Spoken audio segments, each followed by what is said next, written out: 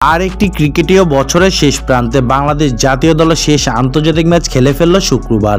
এই মুহূর্তে দাঁড়িয়ে হয়তো পুরো বছর বাংলাদেশ ক্রিকেটের প্রাপ্তি অপ্রাপ্তি নিয়ে আলোচনা উঠবে। তার আগে জাতীয় বিজয় দিবসের মাস ডিসেম্বরে সুখকর স্মৃতি তৈরি করেছে বাংলাদেশ। এই মাসে লাল সবুজের প্রতিনিধিরা পেয়েছে তিনটি বড় জয়। শুরুটা হয়েছে বাংলাদেশ প্রিমিয়ার লিগ বিপিএল এর দল রংপুর রাইডার্সকে দিয়ে। প্রথমবার ক্যারিবিয়ান দ্বীপে আয়োজিত গ্লোবাল সুপার লিগে সোহান, সৌম্য, রিশাদ, শেখ মেহেদী হাসানরা ইতিহাস গড়ে শিরোপা জিতেছে। 5টি দেশের একটি করে ফ্র্যাঞ্চাইজি প্রথমে বৈশ্বিক আসরে অংশ নিয়েছে। 6 ডিসেম্বর অনুষ্ঠিত প্রতিযোগিতার ফাইনালে মুখোমুখি হয় Australian franchise Victorian cricket academy ও রংপুর রাইডার্স।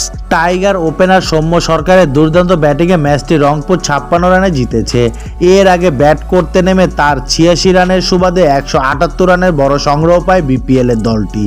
179 রানের লক্ষ্যে তারাই ভিক্টোরিয়ান শুরুতে জড়ো আভাস দিলেও হারমিত সিং, শেখ মেহেদী, সাইফ হাসান ও রিশাদ হোসেনদের তোপে তারা 122 রানেই অল আউট হয়ে যায়। 56 রানের জয়ে লাল সবুজের প্রতিনিধিরা ডিসেম্বরে প্রথম আনন্দের উপলক্ষ এনে দেন।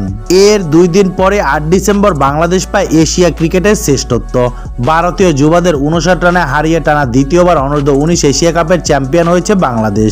রোমাঞ্চকর ফাইনালের মহরণের আগে ব্যাট করা টাইগার যুবারা সংগ্রহ করে 198 রান। সর্বোচ্চ ব্যক্তিগত 47 রান করেন রিজান হোসেন। এছাড়া শিয়াব জেমস 40 ও ফরিদ হাসানের 39 রানে বাংলাদেশ লড়ুকে পুঁজি পায়। লক্ষ্য তারায় আজিজুল হাকিম, তামিম ও দেবাশিস দেবারের বোলিং তোপে 139 রানে অল আউট হয়ে যায় ভারত। বাংলাদেশ জাতীয় দলের হাত ধরে এসেছে আরেকটি ঐতিহাসিক সিরিজ জয়। গত 16 ডিসেম্বর ওয়েস্ট ইন্ডিজের বিপক্ষে 6 বছর পর টি-20 সিরিজ জিতেছে লিটনের দল। শুক্রবার ছিল সেই সিরিজের তৃতীয় ও শেষ টি-20। ম্যাচটিতে 80 রানের বড় জয়ে প্রথমবার ক্যারিবিয়ানদের হোয়াইট ওয়াশ করল টাইগাররা। 2012 সালে আয়ারল্যান্ডের পর 3 ম্যাচের টি-20 সিরিজে প্রতিপক্ষকে তাদের মাঠেই ডবল দলের স্বাদ পেল বাংলাদেশ। ভারত, পাকিস্তান এবং ইংল্যান্ডের পর চতুর্থ দল হিসেবে 3 ম্যাচের টি-20 সিরিজে তারা ওয়েস্ট ইন্ডিজকে ডবল দোলাই করল।